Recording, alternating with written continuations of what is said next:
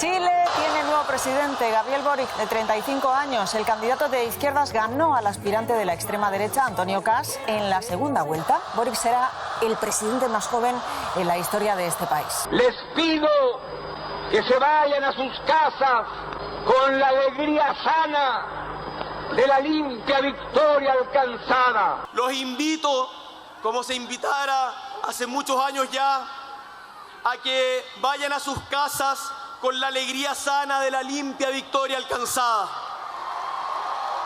Les pido que cuidemos este triunfo. Mucho más temprano que tarde se abrirán las grandes alamedas y, sin embargo, como decían los habeas corpus en un tema mítico, largo y cálido verano, si el pasado se refleja en el presente, no esperes que el futuro vaya a ser diferente.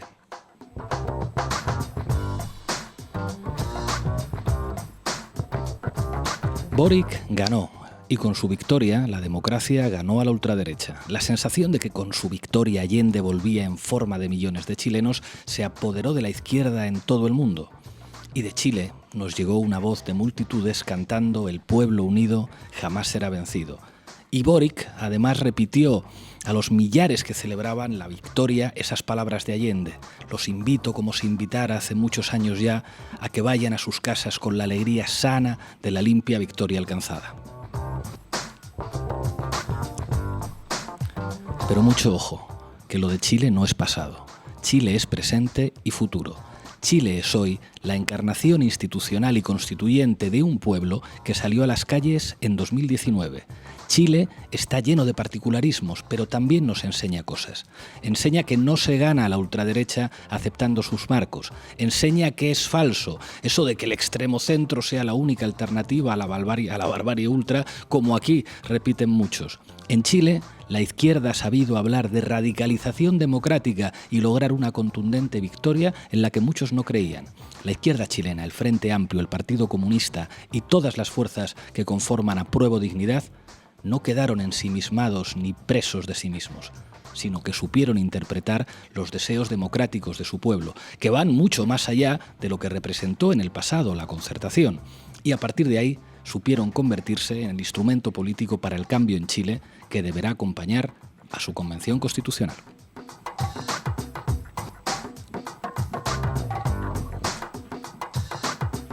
El gobierno de Boric asumirá el feminismo como eje de su acción.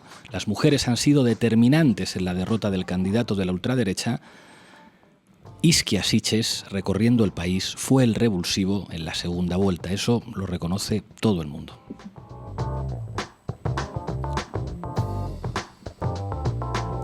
En el gobierno de Boric se van a integrar figuras de familias políticas muy diferentes al Frente Amplio y al Partido Comunista. Ello revela la hegemonía y la capacidad de llegar a acuerdos de Apruebo Dignidad, pero también su necesidad de dar forma institucional a la amplia base ideológica y electoral que les llevó a la victoria. El presidente tendrá que enfrentar una correlación de fuerzas parlamentaria muy difícil y tendrá enfrente también a sectores muy poderosos de los poderes económicos y mediáticos que no van a dudar en criminalizar un programa que básicamente quiere que exista algo parecido a un estado del bienestar en Chile y que derechos sociales tan básicos como la salud, la educación o la vivienda digna dejen ser los privilegios de una minoría. En breve le preguntaré por ello y también por su agenda internacional. Gabriel Boric es además de ascendencia croata y también catalana. ¿Qué sabe Boric de la historia de España? ¿Conoce Cataluña? ¿Sabe hablar algo de catalán? En breve lo sabremos. Bienvenidas y bienvenidos a La Base.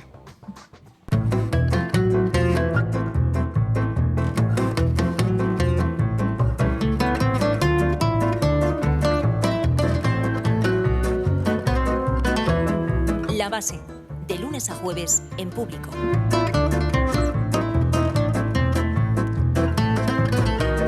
Bueno, hoy en La Base hablamos de Chile, con Sara Serrano, nuestra matemática al mando de los datos, con Manu Levín, nuestro filólogo haciendo el análisis de medios. Entrevistamos a Gabriel Boric, presidente electo de Chile. La primera entrevista que da un medio español es aquí en La Base. En nuestra tertulia vamos a contar con Valentina Olivares, desde Santiago de Chile. Valentina, muchas gracias por acompañarnos. Hola, buenos días. Cariños a todos, a Sara, a Manu. Gracias, Valentina. Y estrenaremos una sección nueva en La Base, la pizarra latinoamericana, conducida por Alfredo Serrano. Lolo, arrancamos. La base de datos. Bueno, Sara, ¿qué datos nos traes hoy? Pues hoy quiero hacer un recorrido histórico para entender la victoria de Gabriel Boric. El 11 de septiembre de 1973 se produce el golpe de Estado contra el gobierno de Salvador Allende, se inicia la represión y comienza el desmantelamiento del legado de la Unidad Popular.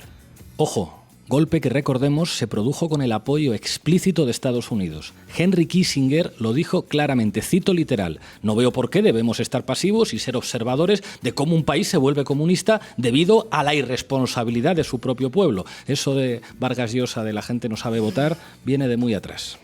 Pues sí, un grupo de economistas chilenos profundamente influidos por las doctrinas de Milton Friedman, los Chicago Boys, fueron los encargados de implantar el modelo neoliberal. Modelo que se implantó a sangre y fuego y que no se puede desvincular de la dictadura militar de Augusto Pinochet. Así es, esto es algo que tenía claro Friedrich Hayek, gurú económico de la dictadura chilena, que voy a citar textualmente: mi preferencia personal se inclina a una dictadura liberal y no a un gobierno democrático donde el liberalismo esté ausente. Hay una cosa que es alucinante y es cómo la propaganda de la dictadura chilena sobre las bondades de su sistema económico ha pervivido hasta hoy, siendo replicada incluso por quienes se ubican o dicen ubicarse ideológicamente en la izquierda política. Un ejemplo: un dirigente del Partido Socialista, vicepresidente del gobierno, Alfonso Guerra, sostenía, llegó a decir que hay dictaduras como la de Pinochet que al menos tuvieron eficacia en el terreno económico y de los servicios. Sara, ¿es verdad esto que decía Alfonso Guerra de que aunque Chile tuvo una dictadura ha sido muy eficaz económicamente?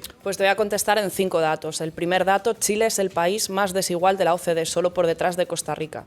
Segundo dato: más de la mitad de los chilenos gana menos de 500 euros al mes y como consecuencia de esto la deuda de los hogares equivale al 75% de sus ingresos. Y esto con un coste de vida que es similar al de España, que si vas a un supermercado en Chile las cosas cuestan como aquí. Así es, pero espera, Pablo, que hay más. Tercer dato: en Chile la mitad de los jubilados tienen ingresos inferiores a 200 euros. Al mismo tiempo, los fondos de pensiones han incrementado sus beneficios en un 70%. Cuarto dato: Chile tiene las universidades públicas más caras de la OCDE, solo por detrás de Estados Unidos.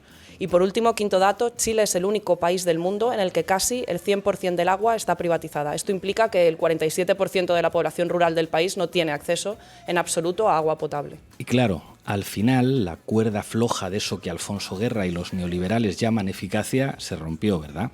Así es, el estallido social chileno, que comenzó en octubre de 2019, comenzó como consecuencia de la subida precisamente de las tarifas del transporte público. Las protestas fueron duramente reprimidas por el gobierno de Sebastián Piñera y desembocaron en la apertura de un proceso constituyente que pondrá fin a la constitución de la dictadura. Este es el contexto en el que se produce la contundente victoria electoral de Boric. Exactamente. Okay. Gabriel Boric gana con el 56% de los votos y 11 puntos de ventaja al ultraderechista y nostálgico de la dictadura José Antonio Kast. Esto convierte a Boric en el presidente con el mayor número de votos de la historia del país y con el padrón más amplio. Una curiosidad histórica: según tengo entendido, estos porcentajes son casi idénticos a los obtenidos por las opciones del no y el sí en el famoso referéndum del 88. Efectivamente. Algunos el no y el sí a la dictadura. Eso es. Algunos interpretan esto como que en determinados momentos históricos la mayoría democrática chilena habla, y ahora ha hablado para dar la presidencia a Boric. Bueno, Sara, ¿y quién es Gabriel Boric? Pues Boric se educó políticamente en el movimiento estudiantil y en las protestas, primero contra Bachelet, la llamada Revolución Pingüina, y luego contra el gobierno de Piñera. Empezó a ser conocido en 2012 cuando gana a Camila Vallejo, comunista y hoy ministra, la presidencia de la Federación de Estudiantes de la Universidad de Chile. Y es en 2014 cuando entra por primera vez en el Congreso como diputado por la región de Magallanes. Tras el estallido social de 2019 y a diferencia de otros compañeros de ruta, Boric apostó por canalizar institucionalmente la protesta en una asamblea constituyente. ¿Qué más figuras conocidas acompañan a Boric en el gobierno? Pues Boric tendrá un gabinete con mayoría de mujeres. La comunista Camila Vallejo, como decíamos hace un momento, ocupará el ministerio de la Secretaría General del Gobierno. El que fuera líder estudiantil, Giorgio Jackson, del Frente Amplio, tendrá en sus manos la relación con el Parlamento y además la nieta de Salvador Allende, la socialista Maya Fernández, asumirá el Ministerio de Defensa. Es decir, que el ejército chileno que dio un golpe de Estado tendrá que obedecer a la nieta de Salvador Allende. Justicia poética. Por otro lado, algunos ministerios clave, como Exteriores o Hacienda, aunque tendrán subsecretarios del Frente Amplio y del Partido Comunista, van a recaer en ministros socialdemócratas. En concreto, el Ministerio de Hacienda será ocupado por Mario Marcel, que es actual presidente del Banco Central. ¿Y cuál es la correlación de fuerzas hacia afuera, Sara? Pues Boric gobernará con una clara minoría en el Congreso. Apruebo Dignidad solo tiene 37 de los 155 diputados y 5 de los 50 senadores. Es decir, que las alianzas con otros sectores progresistas podrían darle una mayoría muy justita en el Congreso, pero nunca en el Senado, dominado por la derecha y la ultraderecha. Muchísimas gracias, Sara. Y este es un gobierno corrompido y degenerado, señor. Degenerado y corrompido. Inmundo. Comunistas asquerosos, tienen que salir todos de Chile. Escuchábamos un fragmento de La batalla de Chile de Patricio Guzmán, una película mítica para entender cómo funciona la política. Bueno, Manu, ¿qué nos traes hoy en el análisis de medios? Pues vamos con ello, mete cabecera, Lolo. Titulares al banquillo.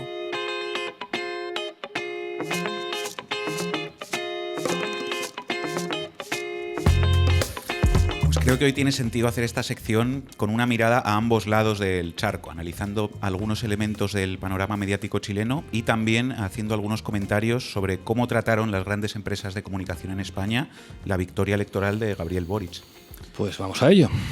Empezamos por Chile, si os parece. 3 elementos importantes del sistema mediático chileno. Primero, es un sistema enormemente concentrado y, al igual que en España, el duopolio que forman el grupo Mercurio y el grupo Copesa acapara más del 80% de los lectores y de la publicidad de la prensa escrita. Y respecto a la televisión y la radio, hay 4 conglomerados que se reparten todo el mercado. El grupo Luxic, el grupo Betia, el grupo Dial y uno que nos suena de algo por aquí, el grupo Prisa. O sea que básicamente, como aquí, concentración de la propiedad mediática de los medios de comunicación. Siguiente dato, Levín. Segundo, el poder mediático chileno ha visto en los últimos años derrumbarse su credibilidad como resultado de las movilizaciones históricas en las calles de Chile.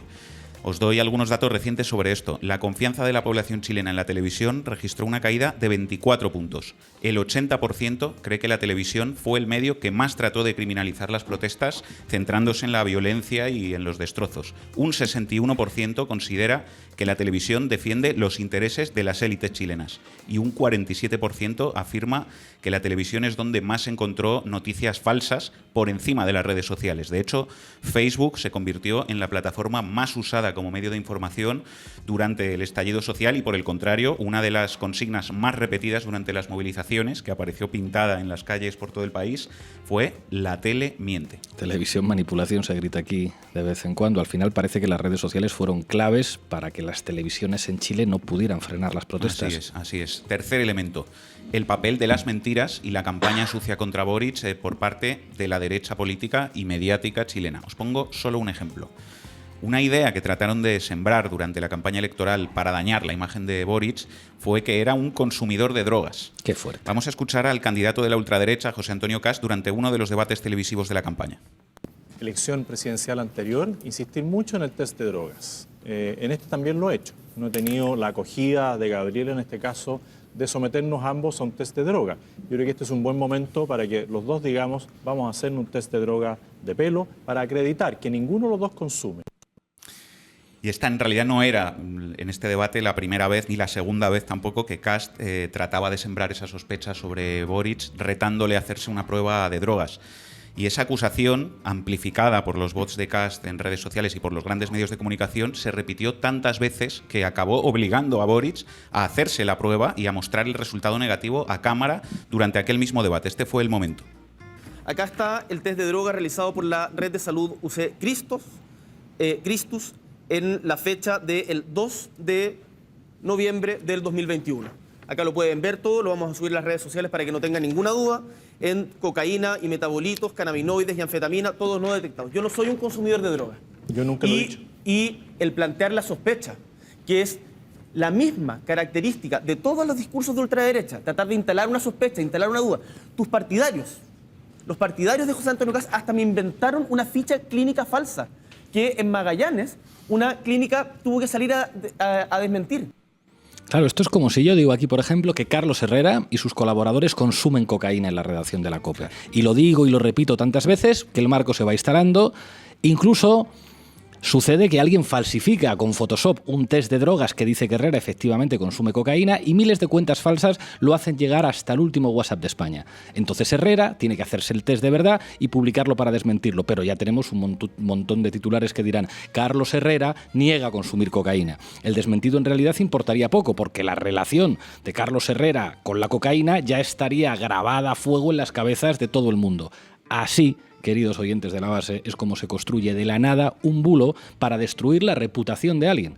Bueno, Manu, ¿y cómo contaron la victoria de Cas los medios de comunicación aquí en España? Pues os leo 3 titulares que resumen cuál fue un poco el enfoque de la derecha mediática. El Mundo: Gabriel Boric, líder de la izquierda dura, será el nuevo presidente de Chile.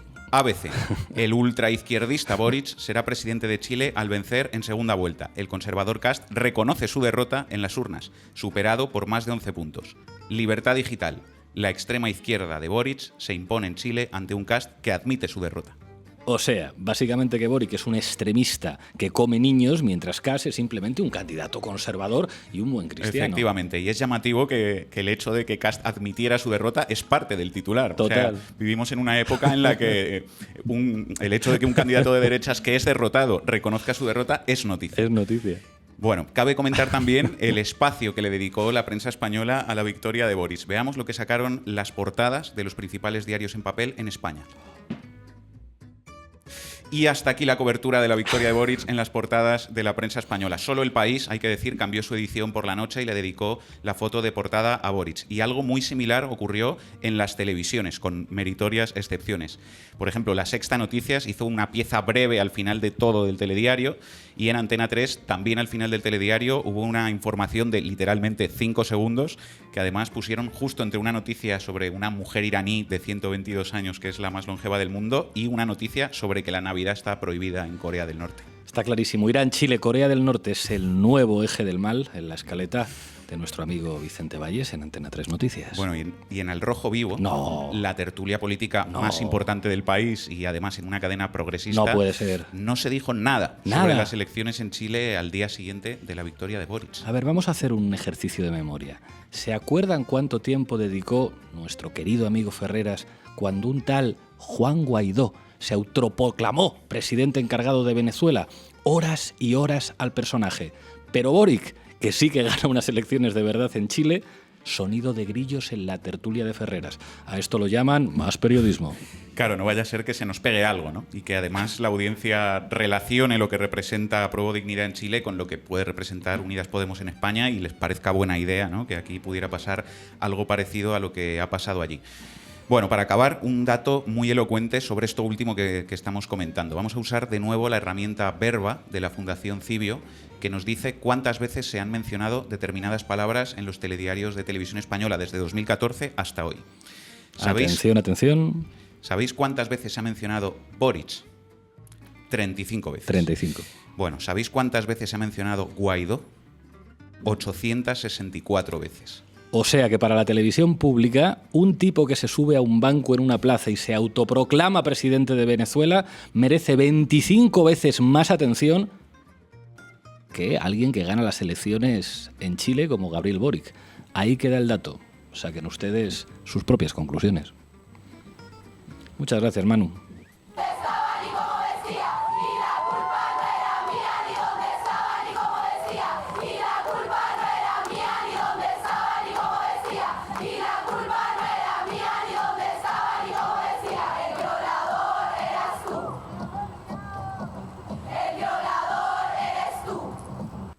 Bueno, hoy, como hemos anunciado, entrevistamos a Gabriel Boric, presidente electo de Chile. Señor presidente electo, buenas tardes en España. Muchísimas gracias por atender a La Base. Pablo, compañero, un gusto gigante hablar contigo. No es la primera vez que nos encontramos, pero primera vez en esta situación. Y la verdad para mí es un honor estar hablando con La Base. Entiendo que es el nuevo proyecto que están lanzando, así que cuenten conmigo, a disposición y todo el apoyo. Muchísimas gracias. La primera pregunta que quería hacerle: en España la gente desconoce lo que significa un presidente de la República. Un ciudadano elegido directamente por los ciudadanos para ejercer la máxima magistratura del Estado, en este caso la jefatura del Estado, y que sin embargo al finalizar pues se va a su casa. Le quería preguntar, en lo personal, ¿cómo enfrenta, siendo además usted una persona joven, esta responsabilidad y qué es además lo que representa para alguien de izquierdas llegar a la moneda, que tiene un simbolismo para la gente de izquierdas de todo el mundo, un simbolismo ambivalente por lo que representó el golpe del 73?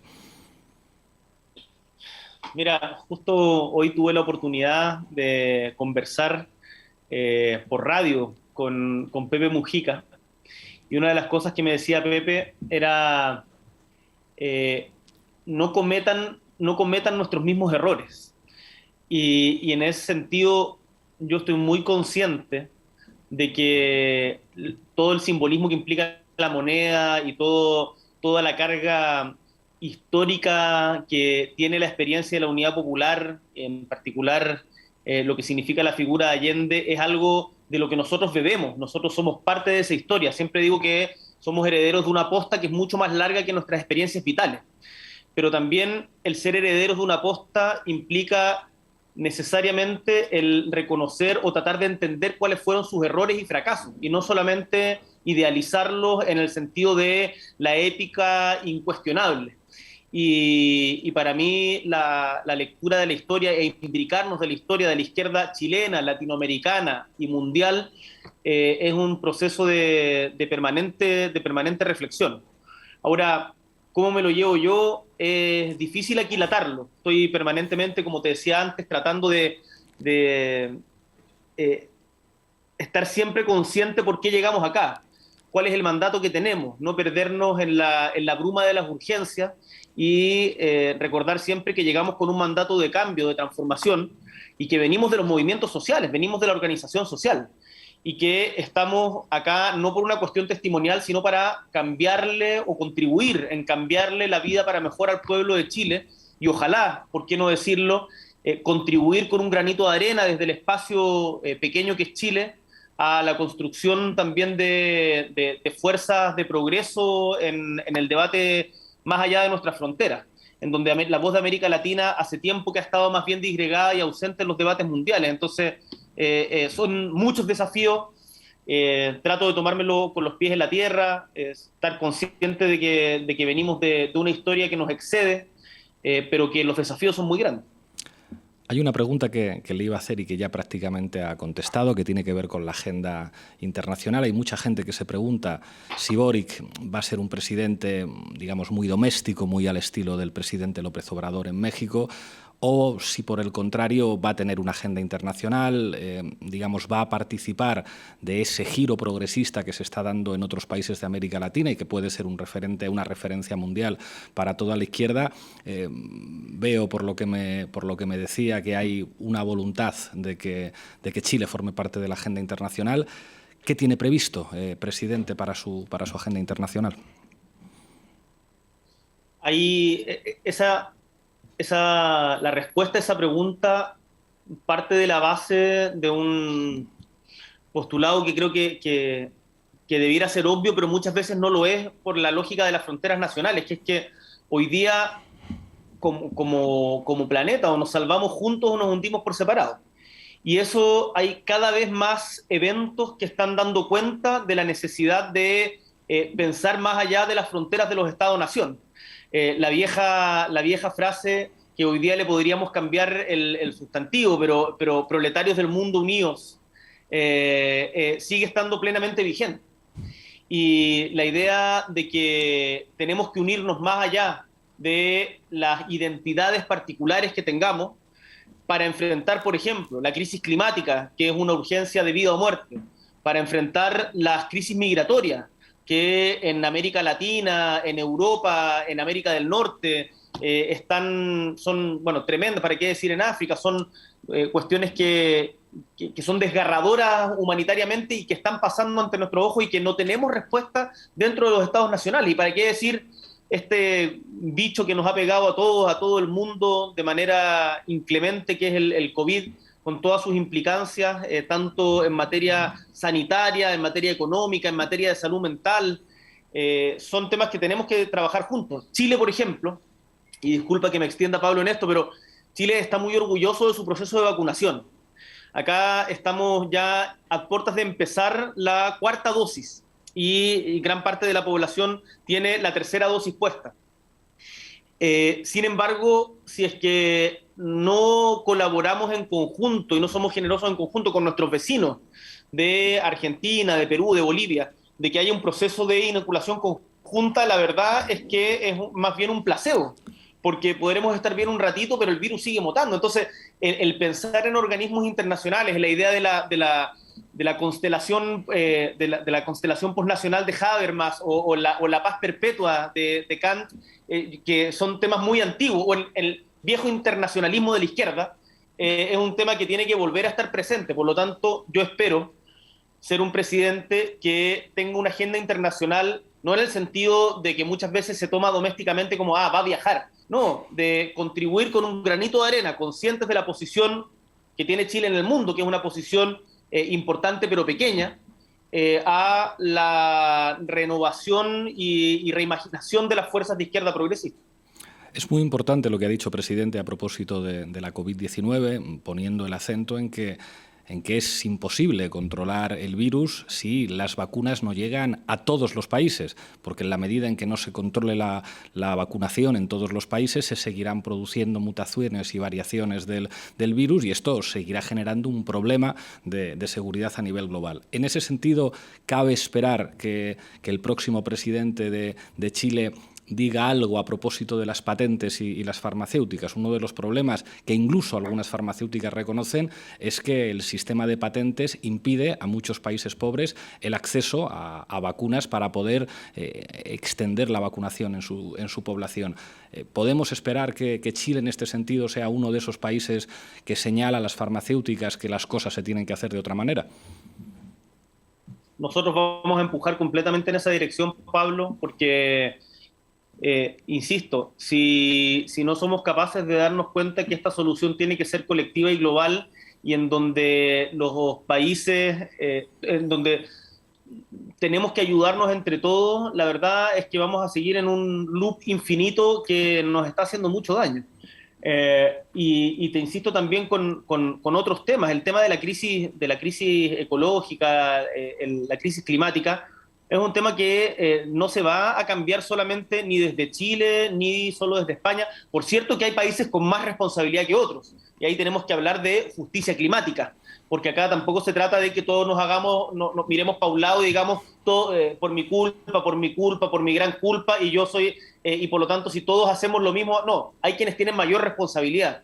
Y nosotros desde el sur global, y en el sur global pienso también en los países del sur de Europa, tenemos que exigirle a los países desarrollados que tengan un cambio de comportamiento en eso, y eso solo lo vamos a lograr unidos.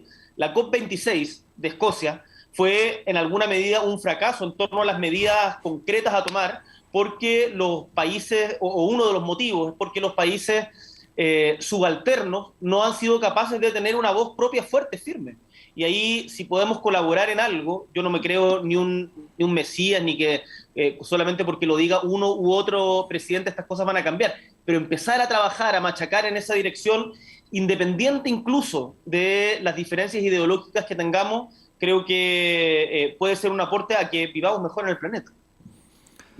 Vuelvo a la realidad chilena, señor presidente. Van a ser casi 10 partidos los que van a sustentar su gobierno, desde las diferentes fuerzas políticas que forman el Frente Amplio, como Convergencia Social, Comunes o Revolución Democrática, pasando por el Partido Comunista y los ecologistas, partidos de la concertación, como el Partido Radical, el Partido Socialista o el Partido por la Democracia, además del Partido Liberal. Claro, son formaciones políticas con diferencias en temas sustanciales, como las relaciones internacionales, como la política económica. ¿Cuáles son las claves, presidente, para que funcione un gobierno con tanta diversidad? Mira, es efectivamente uno de los principales desafíos que tenemos el poder hacer un gobierno que sea efectivamente transformador y que siente las bases para un cambio en el modelo de desarrollo con minoría parlamentaria. Y en ese sentido vamos a tener que atrevernos a salir de nuestras identidades particulares que muchas veces nos gusta defender con con mucho ahínco para invitar a más gente a esta gesta.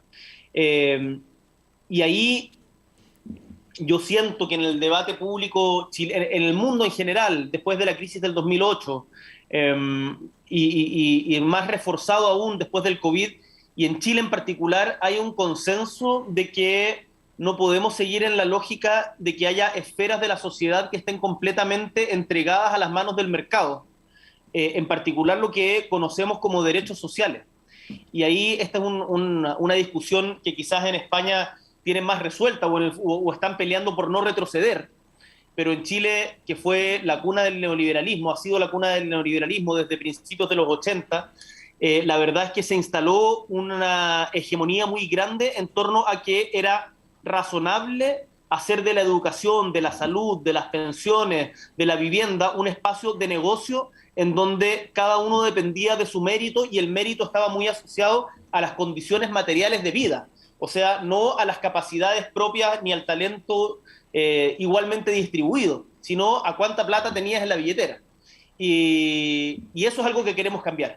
Entonces, nuestro norte y lo que nos une hoy día, más allá de nuestras identidades particulares, es la construcción de un Estado que garantice derechos sociales universales en temas tan lógicos, tan básicos, como la vivienda, la salud, la educación, las pensiones. Y eso yo diría que hoy día hemos logrado ir saliendo. La socialdemocracia post-Giddens, la socialdemocracia tercera vía, digamos, ha entrado en un retroceso y los partidos que la sustentaron han tenido también un proceso de reflexión que nos permite a nosotros, que venimos de otra tradición, una tradición, si se quiere, en algunos casos comunista, en otros más libertaria, socialista libertaria, de encontrar puntos de encuentro que nos llevan a avanzar en conjunto. Y eso es lo que va a estar permanentemente puesto a prueba en nuestro gobierno, si somos capaces de tener la cintura suficiente para poder surfear esa ola, y yo espero que lo logren. Me resulta muy interesante esto que dice, señor presidente.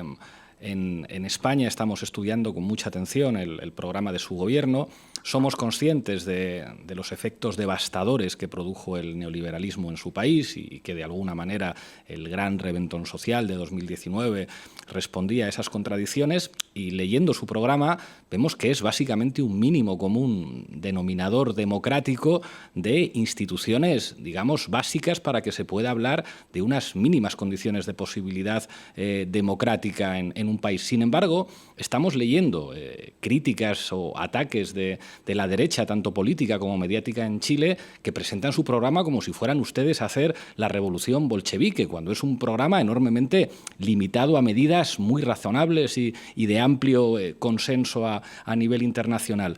¿Prevé usted una oposición de la derecha política y de la derecha mediática tan agresiva como lo que estamos leyendo en estas semanas? Mira, si la derecha política y la derecha mediática se leyeran las tesis de Abril, quedarían absolutamente flipando, como dicen ustedes, respecto a lo moderadas de nuestras posturas. Y en ese sentido, efectivamente, nosotros tenemos un horizonte al que aspiramos, que es de largo plazo, que consiste en avanzar a una superación del neoliberalismo y la construcción de otro modelo de desarrollo. Pero eso sabemos que no se logra de la noche a la mañana. Nosotros no estamos, y por sobre todo sabemos que tenemos que hacerlo por vías democráticas y que sean sustentados. El paso, el que tenemos hoy día, es justamente el avanzar a recuperar ciertos derechos básicos, que en cualquier país, o en la gran mayoría de los países que forman la OCDE, o incluso en los países latinoamericanos, se dan por sentado. Entonces, efectivamente, nosotros no estamos acá pensando ni en la revolución bolchevique, ni en Cataluña el 36, no estamos ahí. Estamos en una cuestión de normalización democrática, de normalización de que todas las personas que habitan en el país que hoy día llamamos Chile tengan, por el solo hecho de ser parte de una comunidad, las mismas posibilidades, y que el lugar donde nacen no determine el lugar donde mueran. Y eso, yo diría que a nivel ideológico hay bastante consenso, pero por cierto, quienes privilegiados durante mucho tiempo generan resistencias propias de su historia. Y ahí vamos a tener que saber no identificarlos como enemigos y decir que esto es la guerra contra, sino tratar de invitarlos a construir una sociedad distinta. Invitarlos a construir una sociedad distinta porque, además, un país que está fracturado socialmente, como es el caso de Chile, lo que ha quedado demostrado en el estallido social del 2019, es un país que no puede crecer. Entonces, el enfrentar esa desigualdad desde la perspectiva que nosotros lo estamos planteando, con todo el rigor técnico que corresponda y con la gradualidad que sea necesaria, algo que yo creo que es hoy día, yo esperaría que no haya demasiada resistencia. La situación con la que se encuentra la izquierda cuando llega al gobierno siempre es diferente a la situación con la que se encuentra la derecha.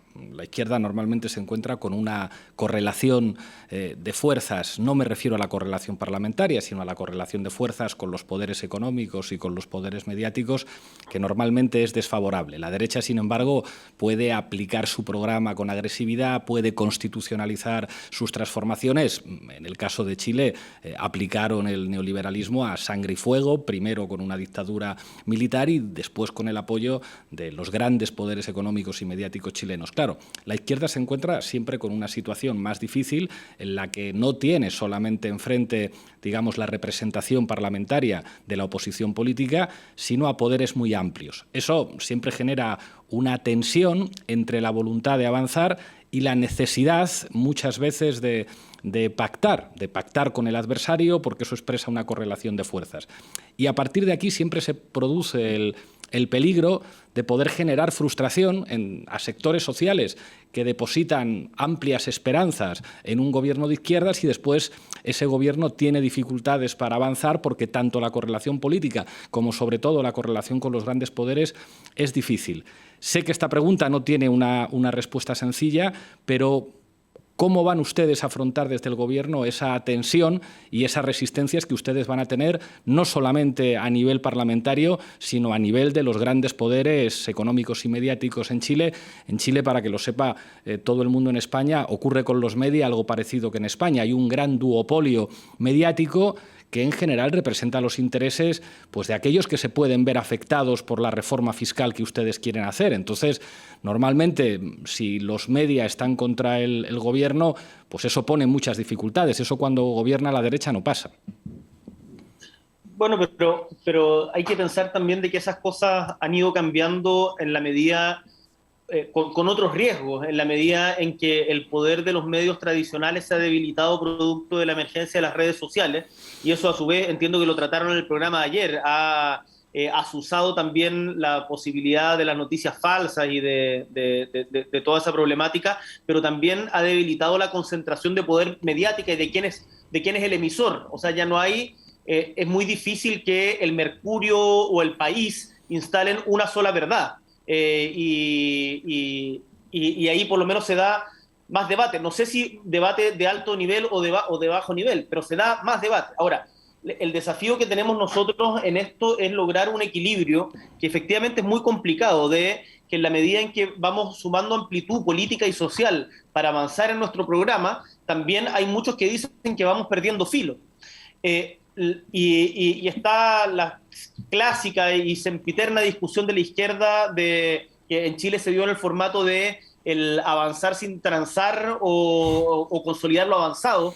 En España entiendo que la discusión en su momento fue ganar la guerra para hacer la revolución o hacer la revolución para ganar la guerra, y así tiene en diferentes momentos históricos tiene diferentes formatos.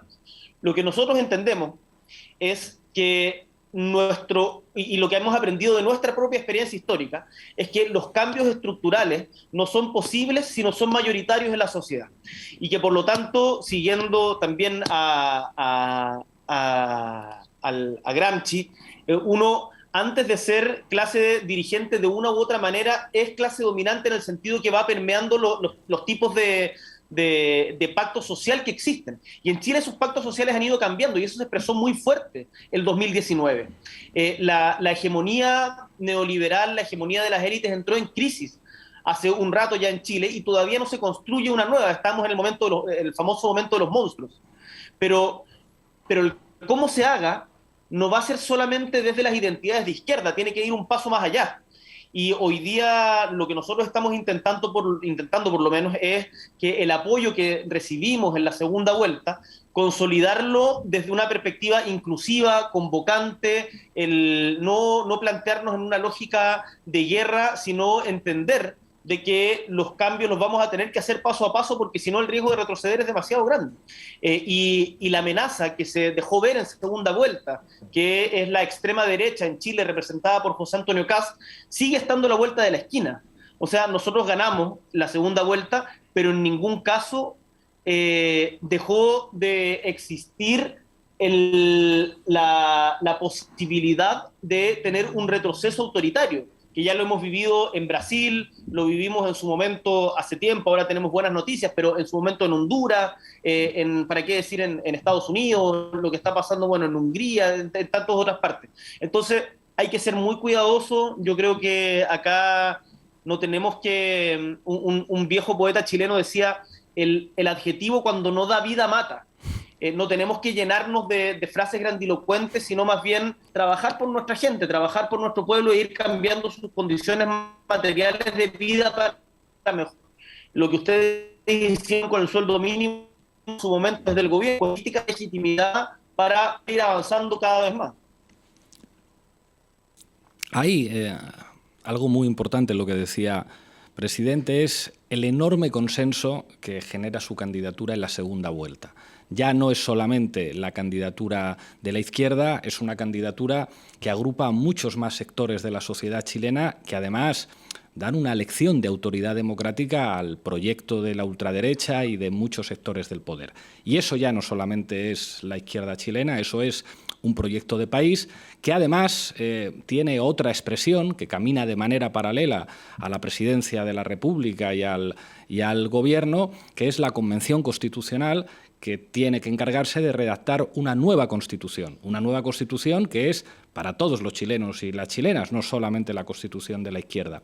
Le quería preguntar, ¿cómo valora usted como presidente que de alguna manera es el resultado, digamos, de esa voluntad constituyente del gran proceso social que se da en 2019 y qué espera de la nueva Constitución chilena que necesariamente va a delimitar o a establecer las nuevas reglas del juego para el avance histórico de Chile?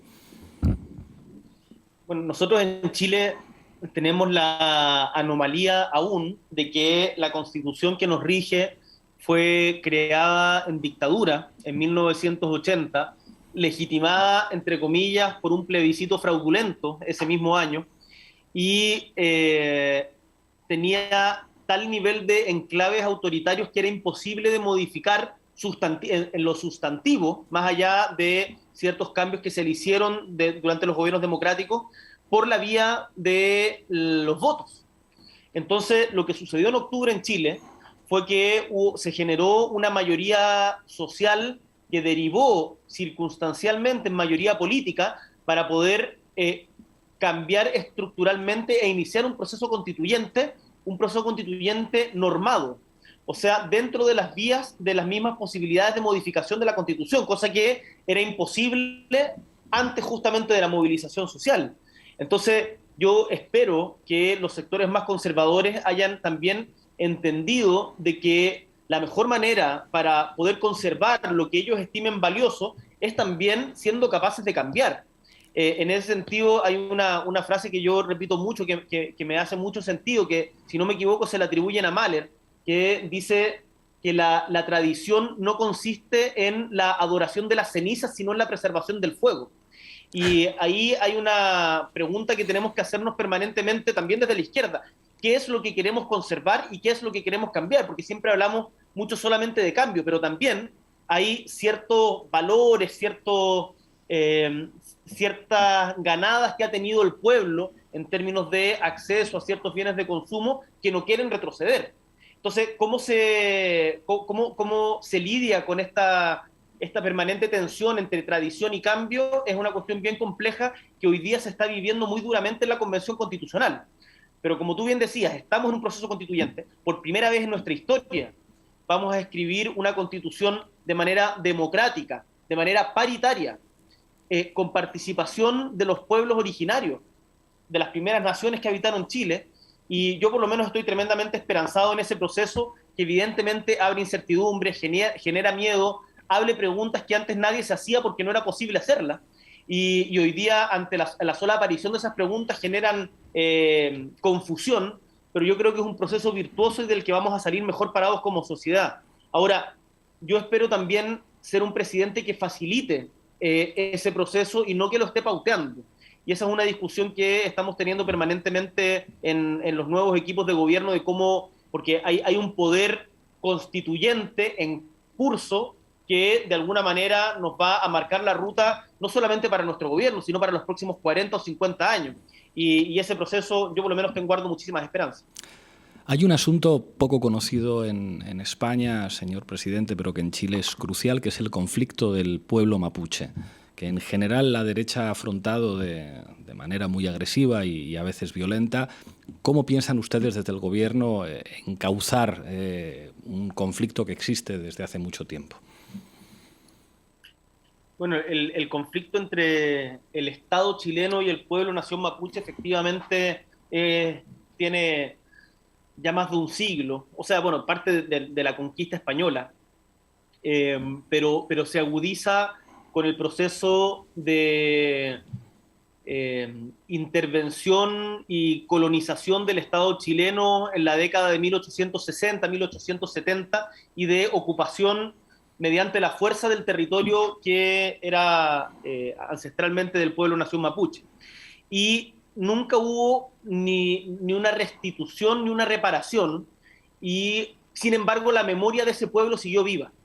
Por lo tanto, lo primero para poder abordar este conflicto, que tiene dos partes, no es el conflicto mapuche, es el conflicto entre el Estado chileno y el pueblo nación mapuche, es reconocerle el derecho a existencia a otro pueblo.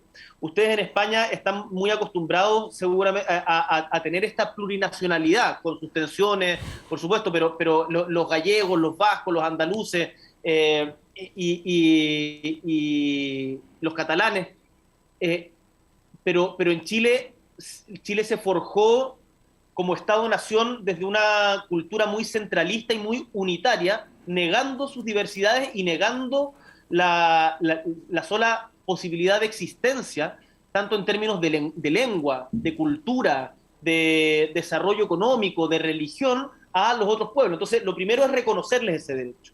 Y por lo tanto, reconocerles la existencia. Chile es un Estado, Chile es un territorio en donde habitan muchos pueblos, no solamente los que conocemos como chilenos, que es la herencia de la conquista española. Y por otro lado, tenemos que hablar necesariamente de territorio. Territorio no es lo mismo que propiedad sobre la tierra. El territorio es un lugar en el cual también se ejerce algún grado de autodeterminación y autonomía. Y eso no es un afiebramiento de izquierdas ni un afiebramiento indigenista, como plantean algunos cuando se tratan estos temas, sino es lo que han hecho los países desarrollados que han logrado resolver este conflicto. Los mejores ejemplos son Canadá, Nueva Zelanda, pero también no es necesario mirar tan lejos. Y lo que ha sucedido en Bolivia, por ejemplo, desde del 2006 en adelante, es sin lugar a dudas muy inspirador para poder mejorar la relación entre las primeras naciones y quienes llegamos después. Dos preguntas ya para terminar, señor presidente. Las primeras decisiones, las primeras medidas que toma un presidente cuando toma posesión de su cargo tienen siempre una significación simbólica, una significación histórica. ¿Cuáles son las primeras medidas que tiene en la cabeza cuando reciba la banda presidencial? Es muy difícil hablar de una sola cosa, pero hay momentos simbólicos que yo creo que cambian el carácter con el que el pueblo entiende a su gobierno. Por ejemplo, hoy día la moneda, que es el equivalente, si no me equivoco, a la Moncloa, ¿no? En España, la Casa de Gobierno, está totalmente cercada. Está totalmente cercada, llena de vallas, de lo que se conoce acá en Chile, no sé cómo se conocerá allá, pero de vallas papales. O sea, tú no puedes acercarte siquiera a ese lugar. El hecho de volver simbólicamente a abrir las puertas o el sector de tránsito de la moneda al pueblo de Chile yo creo que va a ser muy significativo. Por cierto, hay cuestiones más sustantivas como cómo vamos a enfrentar la crisis climática, la sequía que acá en Chile nos está acogotando y es uno de los principales problemas que vamos a tener, la seguridad. ¿Cómo nos vamos a hacer cargo de que los estudiantes puedan volver a clases y volver a socializar? Es una de las prioridades que tenemos porque la brecha educativa que se ha generado es quizás de lo más doloroso y de lo menos visto y debatido en los últimos años, no solamente en Chile, sino en el mundo. Pero entre hitos simbólicos y comenzar con cambios estructurales que sabemos que no son de la noche a la mañana, vamos a estar ahí permanentemente surfeando, dando lo mejor de nosotros. Presidente, yo sé que usted tiene ascendencia catalana. ¿Sabe decir algo en catalán? Estaba pensando y yo estuve en Cataluña, en Girona y en Barcelona hace hartos años. Y una de las cosas que más me sorprendió es una vez me pegué una caminata larga y cuando iba saliendo en Barcelona del Parc Güell, me topé con un colegio en donde estaban saliendo niños chicos. Y los niños chicos estaban hablando en catalán. Y a mí me produjo una mezcla de orgullo y nostalgia de lo que no pude conocer de mis ancestros. Entonces sé muy pocas cosas, algunas cosas que he escuchado por repetición, pero no sé hablar el idioma. Una de las palabras que me gustaban es algo así como Ambel Corra la Mà vencerem, que era como con el corazón en la mano venceremos, que lo decía, lo había escuchado acá en Chile. Pero me encantaría poder recuperar esas raíces que desgraciadamente con el paso de los tiempos hemos ido perdiendo. Muchísimas gracias por atender a la base, presidente. No le robo más tiempo. Ojalá le podamos entrevistar algún día en el Palacio de la Moneda. Le veo muy bien. Mucha suerte. Compañero, encantado. Espero que nos veamos el 11 de marzo por acá. Le mando un abrazo, a ti, a todo tu equipo. Y estoy atento ahí para también suscribirme al podcast. Que les vaya muy bien. Un abrazo gigante. Lo del 11 de marzo va a ser difícil porque ya sabe que mi compañera es ministra del Gobierno de España y a lo mejor le toca a ella participar en la delegación del Gobierno y tenemos 3 hijos y por lo tanto el padre, que es el que no tiene responsabilidades importantes, le toca quedarse con los niños, pero el Gobierno español estará representado y habrá muchos compañeros que estarán muy felices de acompañarles a ustedes. Estaremos con Irene entonces y nos veremos en alguna otra ocasión. Seguro que sí. Un abrazo grande. Gracias, hasta pronto. Chao, compañero. Bueno, estamos ya en tiempo de tertulia. Recuerdo que nos acompaña en esta tertulia Valentina Olivares desde Santiago de Chile, analista política chilena. Valentina, la primera pregunta va para ti. ¿Qué te ha llamado más la atención de lo que acaba de decir el presidente?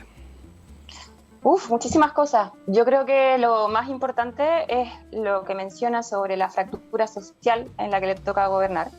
Se ha dicho mucho sobre la relación entre política y sociedad, sobre las condicionantes como económicas. Muy claro quedó con la sección de datos, ¿no? Contando cómo vivimos acá en Chile la desigualdad, la precariedad. Pero la experiencia de los últimos años ha sido tan acelerada que la sensación es que esta crisis estalló hace nada, digamos, con el estallido, con la pandemia, y uno de los desafíos más grandes va a ser gobernar esa crisis social, que se mantuvo, digamos, invisible a punta de trucos de magia. Queriendo jugar un poco con las palabras de Carmen Berenguer, durante mucho tiempo nos hacían pasar un elefante por el agujero de una aguja y la gente miraba en el elefante, miraba en la aguja y nunca vieron el agujero. Y ese truco, digamos, era la deuda, el endeudamiento del trabajo futuro. Ese truco era el trabajo no remunerado de las mujeres y ese truco eran los medios de comunicación y los discursos que nos decían sobre el jaguar latinoamericano y sobre este modelo ejemplar, ¿no? que se intentó exportar a América Latina y otras partes del mundo. Bueno, el truco se acabó y hoy día nos toca enfrentar un proceso de cambios con una crisis social muy, muy fuerte que tiene signos que se experimentan con mucha violencia en la vida cotidiana, tanto a nivel económico como a nivel de las violencias paraestatales del narco, la seguridad, y con crisis importantes como la crisis migratoria que estamos viviendo hoy en el norte y que le va a heredar de entrada, digamos, al gobierno del presidente electo Gabriel Boric. Sara. Sí, precisamente sobre lo que estabas comentando, Valentina, en el corto plazo el gobierno de Boric va a tener que resolver al menos 3 tensiones. Una tensión en el frente interno, dentro de Apruebo Dignidad, entre el Partido Comunista y la nueva cultura de la izquierda, Recordemos que Boric ganó las primarias al que era candidato del Partido Comunista, Daniel Jadue, una tensión institucional entre la Asamblea Constituyente, que está mucho más a la izquierda que el Parlamento, y es previsible que la derecha trate de bloquear, tanto en el Congreso como en el Senado, muchas de las propuestas, como la reforma tributaria que van a tratar de llevar al Congreso el nuevo gobierno, y una tensión también en lo social, porque muchos votantes que ha tenido Boric provienen también de sectores más centristas, no solo de las protestas que tuvieron lugar en 2019, sino de la concertación. Entonces, son los votantes que demandan como estabilizar más la economía y no tanto que cristalicen las demandas sociales que tuvieron lugar en las calles en 2019. Manu.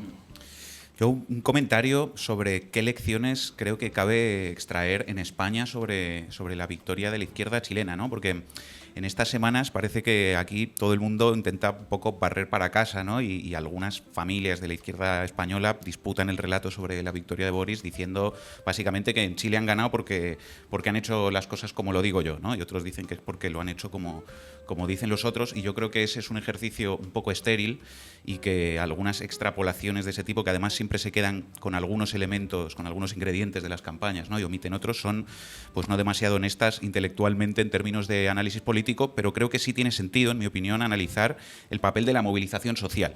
Porque tanto lo que ha pasado en Chile como lo que pasó en Bolivia, como lo que pueda pasar en Colombia, tiene que ver con la presencia de movilizaciones sociales masivas en la calle.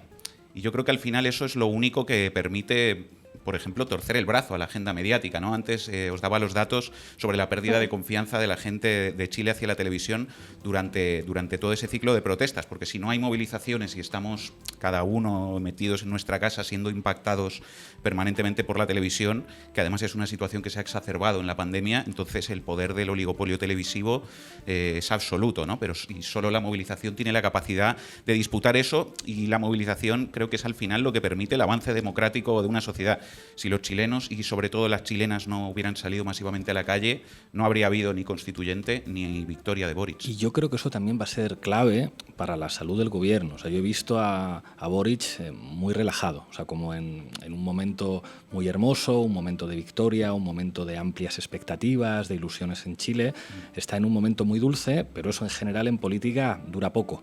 O sea, a partir del 11 de marzo yo creo que va a llegar la dureza de verdad. Ya estamos viendo mucha agresividad por parte de la derecha mediática chilena y por parte de la derecha, y va a haber muchísima presión. Y ahí yo creo que va a ser fundamental que las movilizaciones sigan existiendo también para defender al gobierno. O sea, si la gente en Chile entiende que ya todo lo tiene que hacer el gobierno y que el gobierno es omnipotente, digamos, para traducir institucionalmente los anhelos sociales, creo que eso sería no comprender cómo funciona la política. El gobierno va a recibir presiones por todas partes, por tierra, mar y aire, por parte de la derecha mediática, por parte de los poderes económicos, y si la sociedad no se organiza y no se articula, e incluso, digamos, también lo que tiene que representar intentar rehacer la correlación mediática de fuerzas.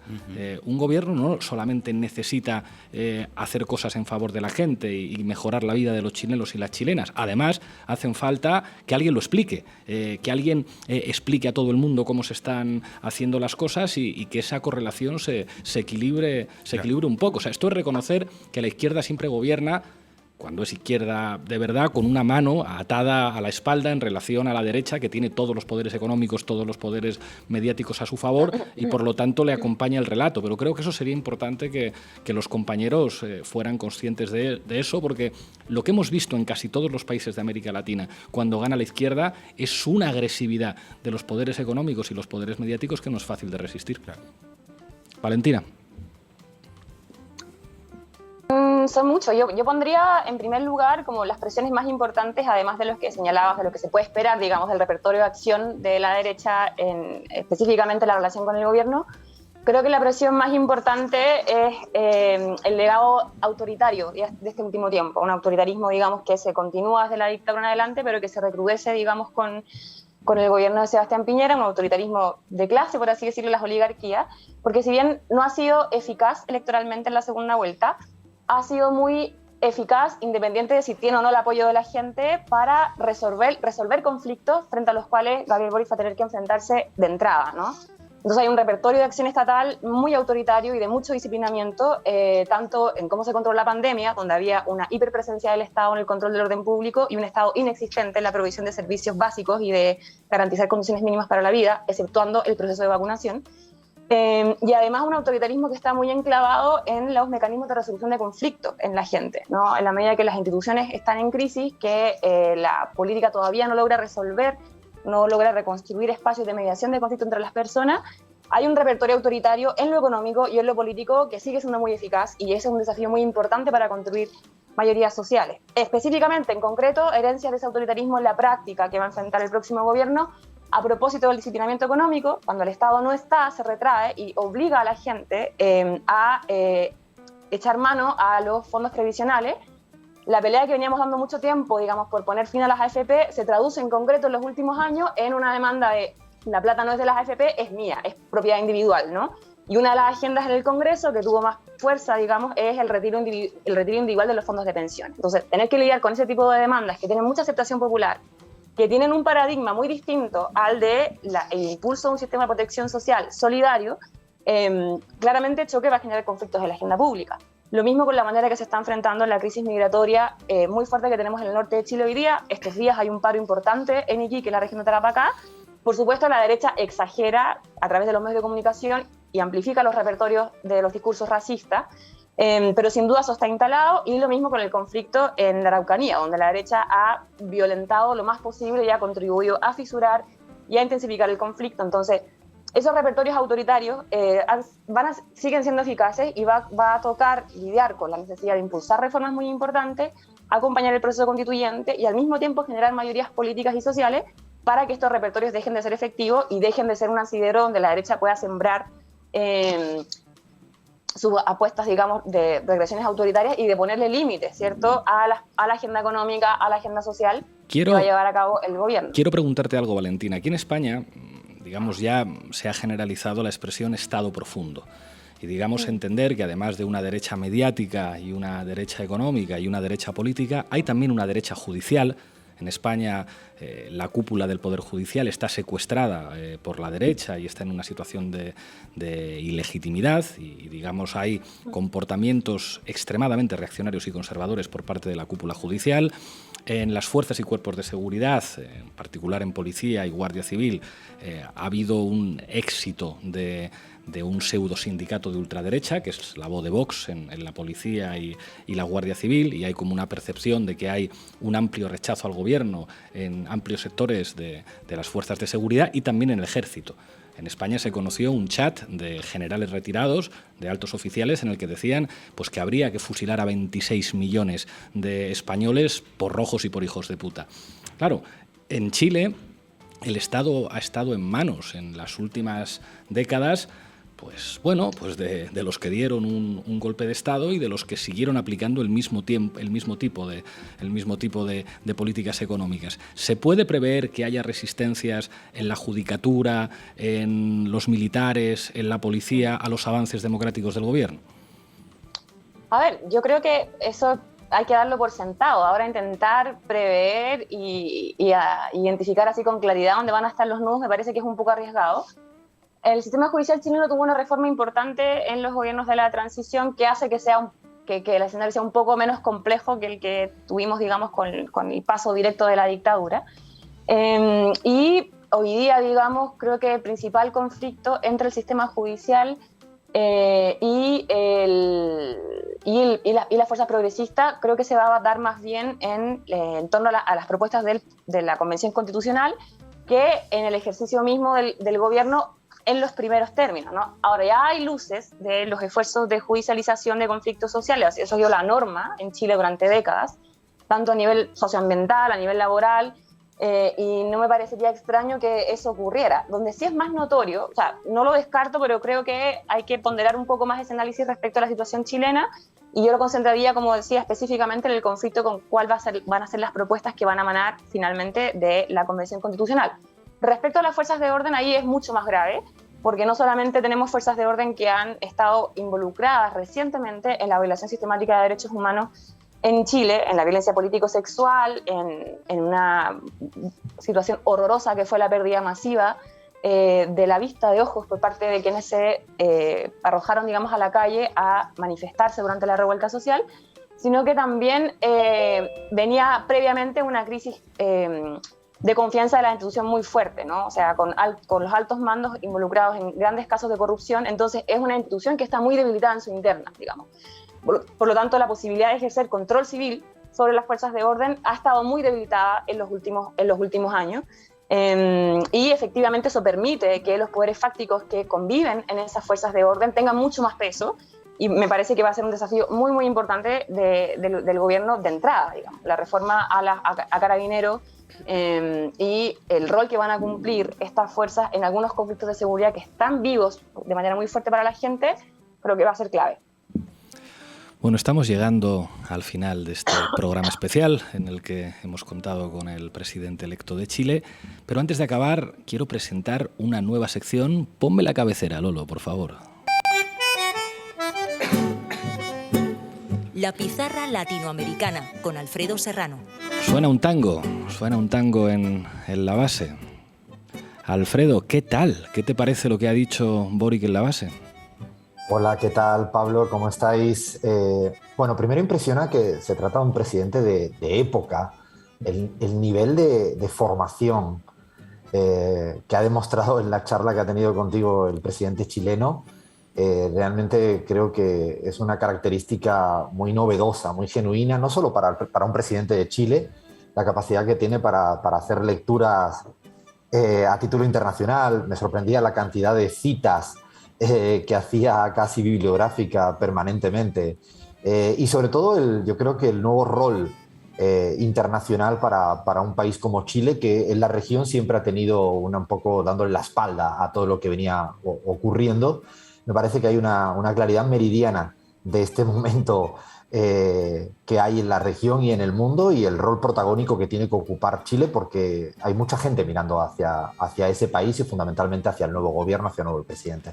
Alfredo, tú y yo nos conocemos desde hace muchos años, Manu y Sara te conocen, Valentina también, pero hay espectadores de la base que no saben quién eres, quién tú eres, amigo, y de qué va a ir tu sección en este programa al que te incorporas. Vamos a pegar un repaso a toda la realidad política latinoamericana. Yo soy un andaluz, pero casi yo diría que ya más argentino, más boliviano, más ecuatoriano que otra cosa. Hace muchos años que vivo por estas tierras. Y bueno, hay que ponerle un poquito de zoom, un poco de lupa a todo lo que pasa en este maravilloso continente y siempre en movimiento. Lo primero que te voy a preguntar es dónde estás, porque es dificilísimo saber dónde estás. A veces estás en Argentina, a veces estás en Ecuador, a veces estás en Perú, a veces estás en Bolivia, a veces estás en México. ¿Por dónde andas ahora? Bueno, mi casa está en Buenos Aires, pero ahora mismo estoy en Lima, acá pasando el calorcito limeño con mucha humedad de mar, y he venido a Lima y no tengo nada que ver, Pablo, pero se armó un quilombo ayer tremendo, cambio de gabinete, o sea, ni te cuento. Esto de que no tienes nada que ver suena a un excusatio non petita, pero cuéntame qué ha pasado ahora, si Pedro Castillo llevaba solamente 6 meses y hace 3 meses ya cambió a su ministra de la Presidencia y también cambió a su canciller. ¿Qué está pasando con el gobierno de Perú? Información privilegiada en la base.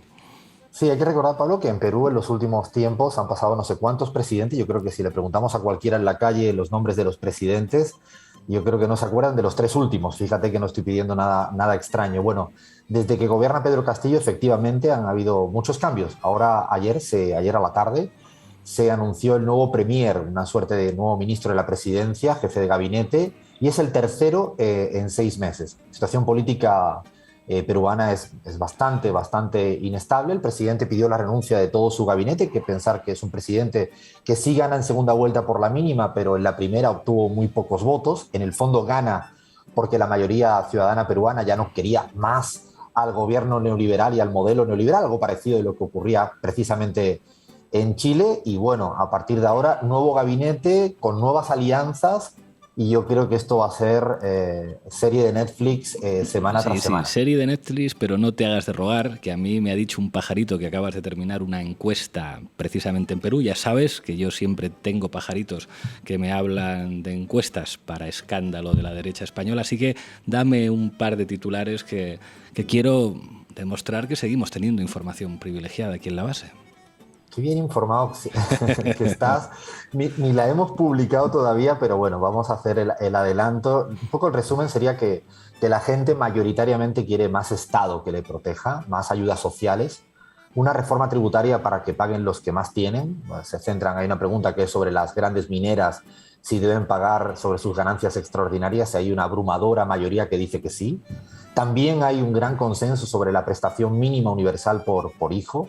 Y algo yo diría que muy a destacar, la gente quiere que se cambie la Constitución. Uy, otra vez me recuerda a Chile, ¿no? Bueno, acá también, en Lima, en Perú, la gente está cansada de ese blindaje constitucional neoliberal y están deseando que verdaderamente acaben de una vez por todas. Y te quiero dar un último dato que a mí me resulta muy interesante. Hemos preguntado a la gente lo que le importa el término populismo, si afecta a lo cotidiano, si es un invento mediático. A ver qué crees tú, Pablo. Déjame adivinar, yo creo que a los peruanos esto les importa un carajo.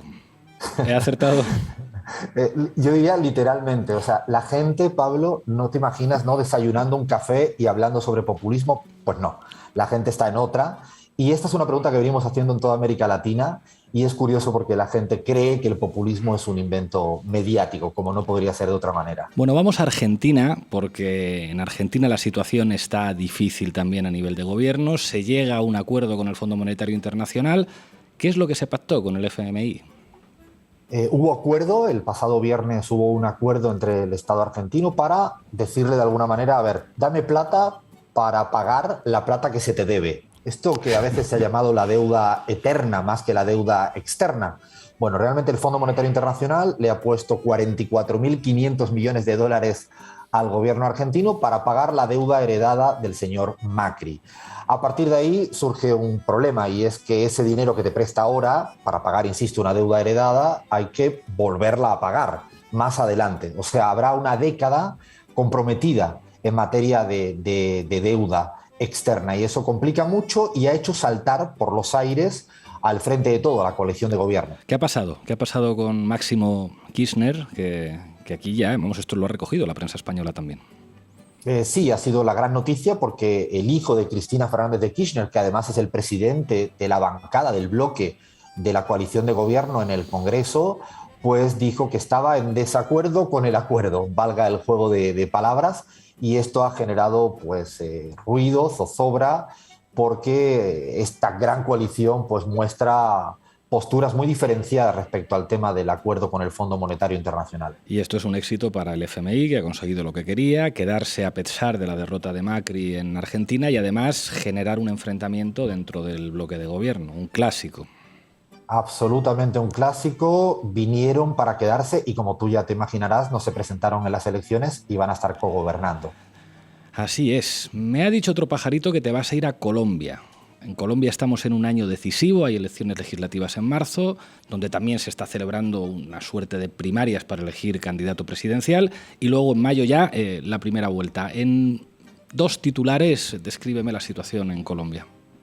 Mañana viajo para Colombia y sí, efectivamente el clima preelectoral es muy intenso. Sigue el baile de nombres con un único objetivo que es casi configurar el escenario más adverso para Gustavo Petro, que hay que recordar que es el candidato de la izquierda colombiana con muchísimas posibilidades de ser presidente en esta próxima cita. Han habido muchos debates presidenciales en la semana pasada, de hecho uno, ya te imaginarás que hay un actor político español que nunca falta, El País de España organizando también debates presidenciales en Colombia. Y te adelanto algo, acabo de pegarle una mirada a otra encuesta que publicamos en breve sobre Colombia. Dame recomendación datos. Para Felipe González y Vargas Llosa, no lo escuchen, se van a tener problemas de salud serios, porque el candidato Gustavo Petro sigue siendo la centralidad de la política en Colombia, sigue siendo el candidato preferido por la mayoría de los colombianos y las colombianas y no hay ningún otro que se le acerque. Así que, insisto, tómese un paracetamol, señor Vargas Llosa, que le va a venir muy bien. Malas noticias para Vargas Llosa, buenas noticias para América Latina. Bueno, ya para terminar, cuéntame cómo está la cosa en Brasil, que allí también hay muchas ganas de que Lula vuelva. También elecciones presidenciales este año, un poco más adelante, a finales de octubre. Y, atención noticia, la Corte Suprema de Brasil exige a Bolsonaro que no actúe más en contra de la democracia. El presidente ultraderechista está siendo hoy investigado por divulgar fake news, noticias falsas, sobre las elecciones del 2018. ¿Te imaginas, Pablo, si esto pasa en tu reino de España? Bueno, ahí mejor no me meto, que esa es tu tierra, tu territorio.